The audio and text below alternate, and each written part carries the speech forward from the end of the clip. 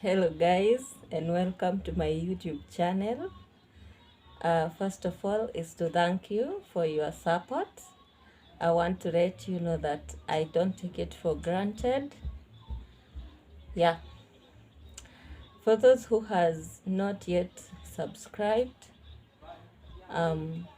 it's a humble request that you support me by subscribing, commenting, sharing, and turning on that notification bell so that anytime I upload a new video, you will be the first one to be notified. I really appreciate your support because it gives me the reason why I should not stop, but why I should continue doing what I'm becoming more passionate about. Today I have a very interesting and educative story for you, and the story revolves around the hustles I used to do when I was in campus.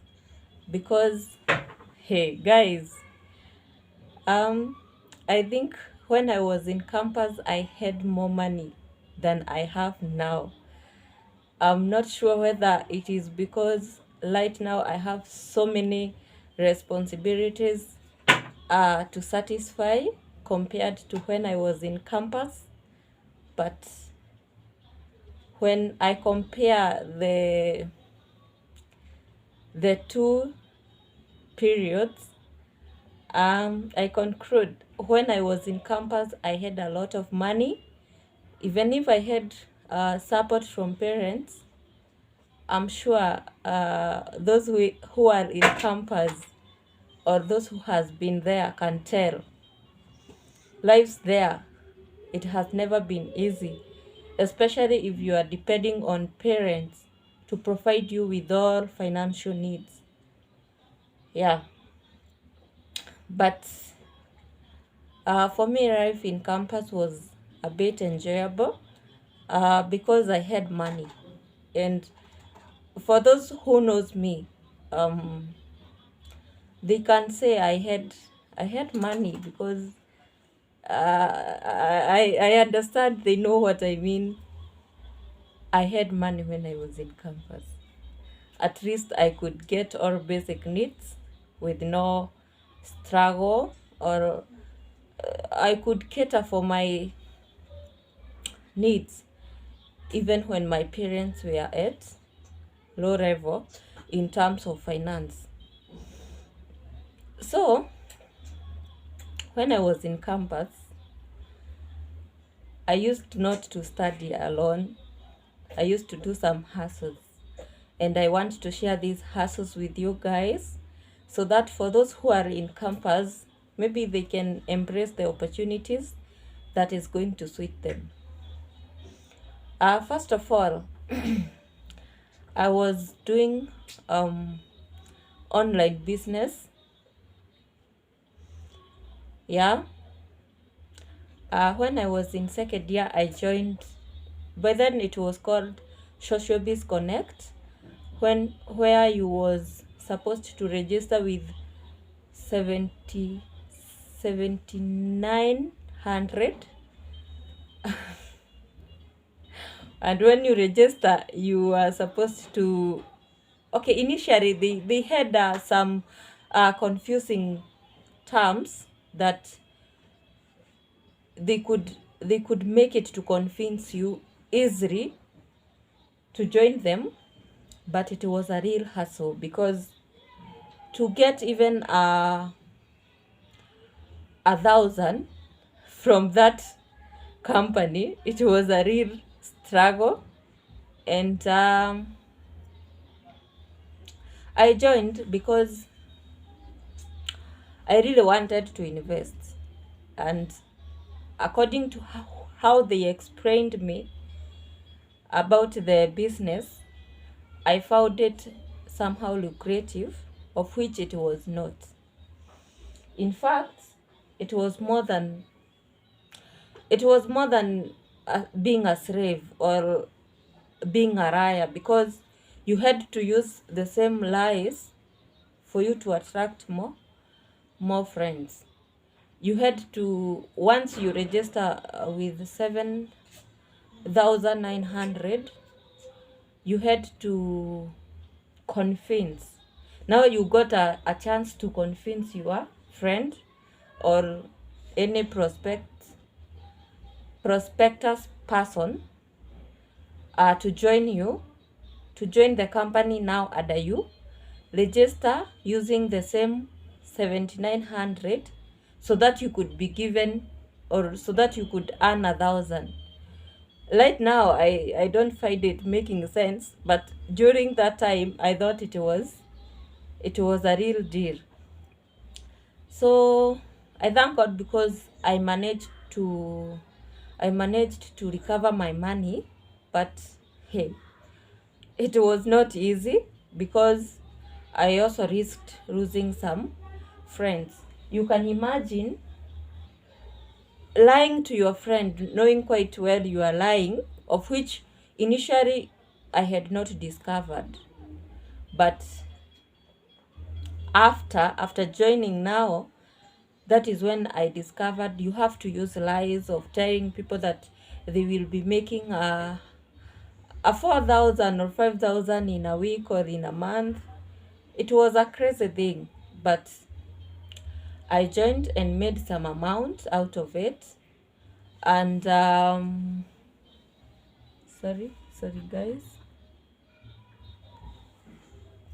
someone is calling. Sorry for interference. I'll call the person later. So you can imagine telling someone that you are making, or they will be making 5,000 per week, yet getting 1,000, or getting one person to join under you so that you can earn 1,000. It was a little struggle because you have to lie that you are doing well in the company. Sometimes we were even forced to ask for other people's M-Pesa statement so that we can get some evidence to convince them that the business was a real deal.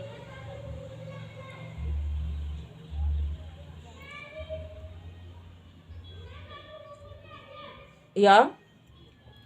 So I managed to convince some of my friends, of which they did not recover their money, because after a month they changed their policy, saying that requiring every member to subscribe after every month using, it was 3,300.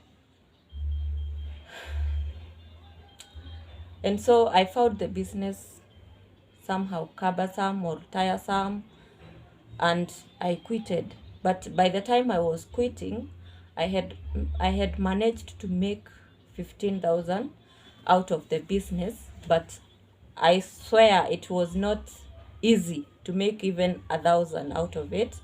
They then later changed the company name. I don't know what they call it today. But if you're in campus, I discourage you from risking in such hassles. They are not worthy your time nor your resources, because it is like you work to enrich someone, and then at the end of the day they just give you a very little out of what you have made them earn. The other hustle, after now quitting the online business, I joined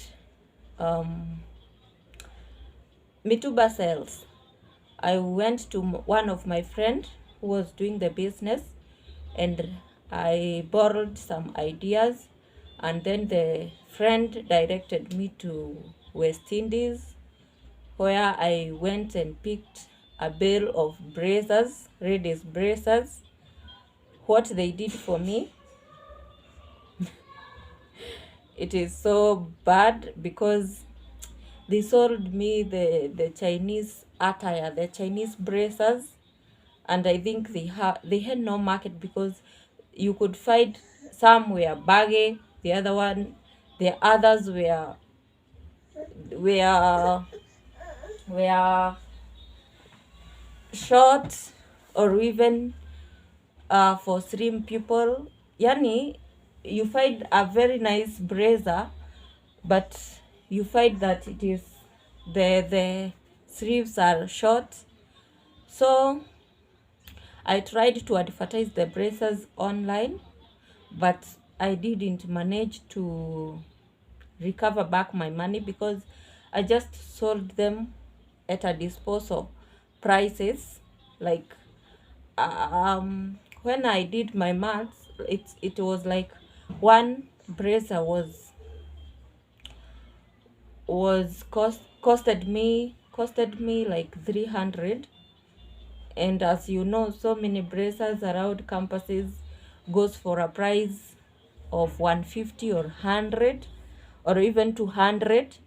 But for me, I was forced to sell those bracers at it's 500 Kenyan shillings, which was a very tricky to get um to get a student, because my main target market was students who can cough their 500 and buy a brazier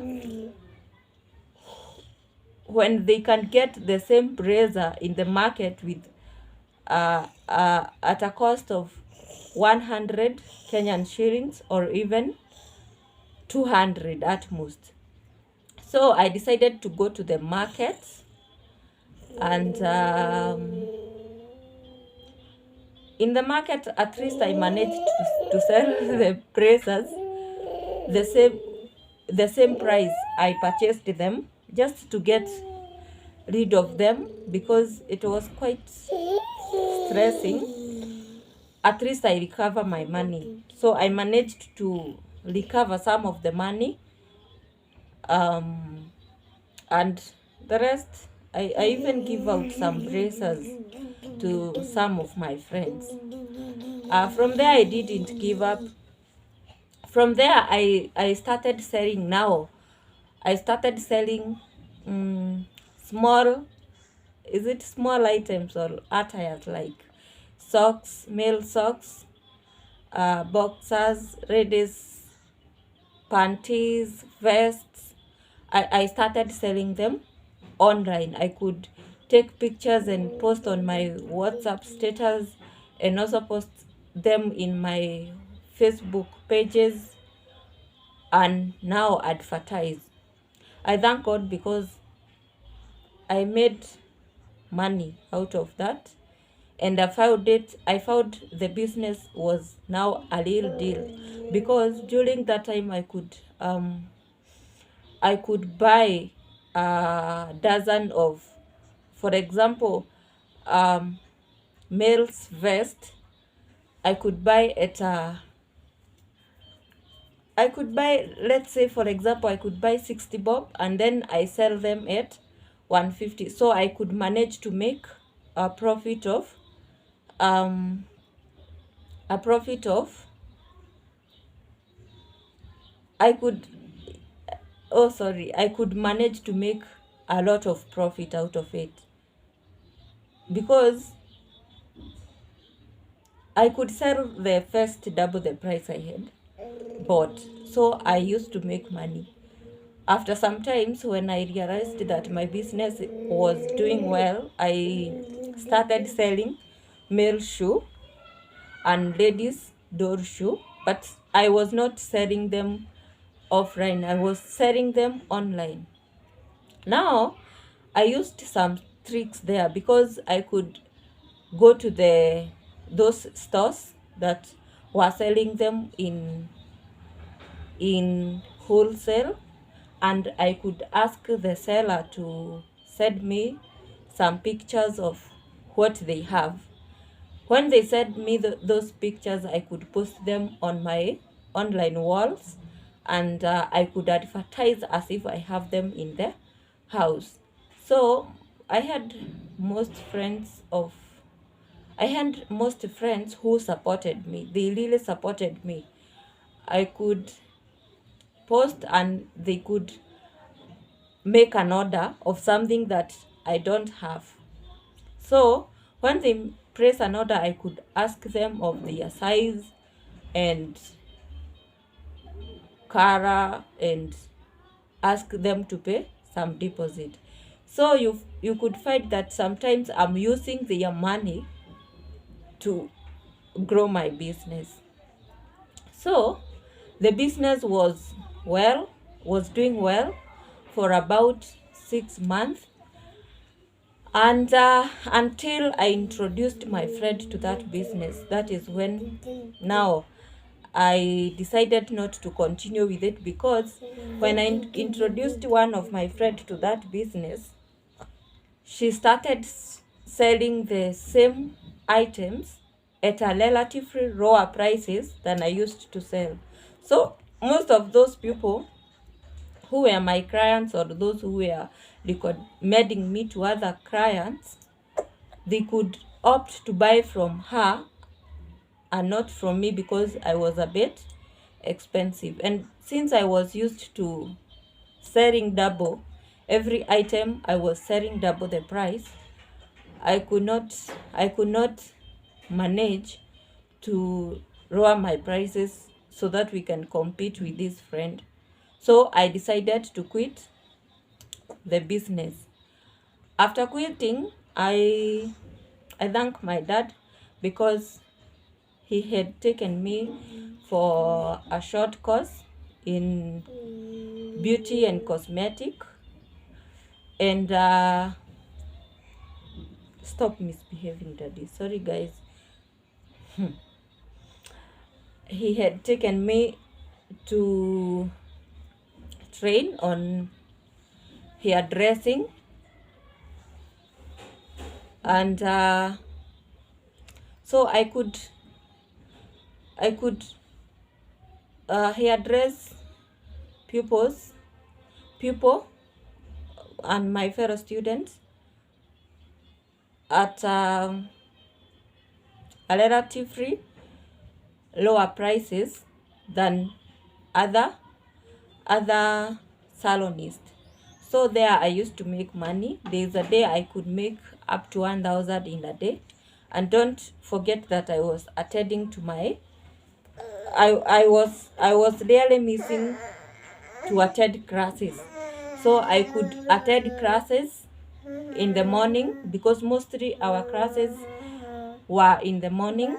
Then in the afternoon, I could go and do my hustles. There I made money until I graduated, and it was a nice deal. But out of all the hustles that I made, I liked the online, selling the clothes online, because I had no risk. I was not taking any risk. In fact, the only resource that I was using, the only resource that I was using was time, because money I could ask for a deposit, which I could use to purchase the shoe and come and deliver the shoe to the buyer. And like, for example, male's shoe, I used to sell them around 2000. I used to sell them from 15 to 2500. And you find that I could, maybe the shoe I was to sell 1500, I was getting it at a cost of 700 Kenyan shillings. So I was selling double the price. If I was to sell the shoe at a cost of 2500, that shoe I was getting it at a cost of at most 1500. So at the end of the day, I could make money. And I used to enjoy my hustles, because I used not to depend on anyone else apart from my parents to help me meet my financial needs. There are even some times that I could pay my rents before, then later when my parents sent me money, I could save. So that is how I survived in campus. There's this one hustle that I don't want to talk more about it. I was selling the kahawa in the market, in Eldoret market, with one of my friends. I don't want to go into details because of some reasons, but later on, I assure you, I will give you the story revolving around the hustle of selling kahawa in the market. It was also enjoyable, lucrative, but it was cumbersome. So thank you guys. I hope I have enlightened you on one or two things.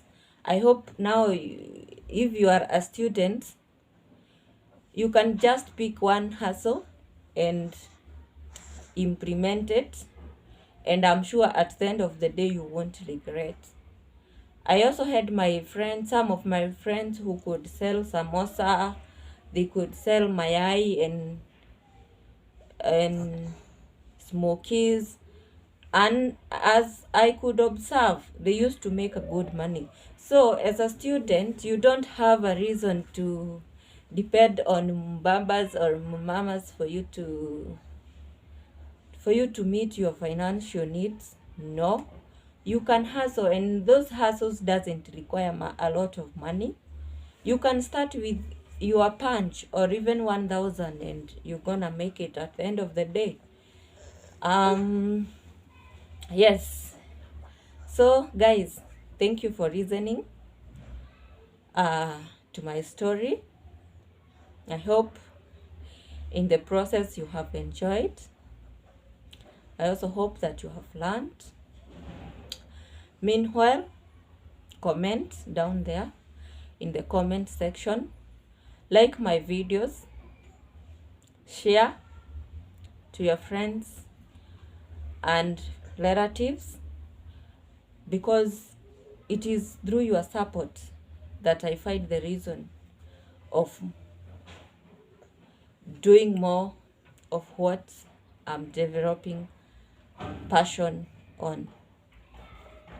Until next time guys, it is a bye-bye.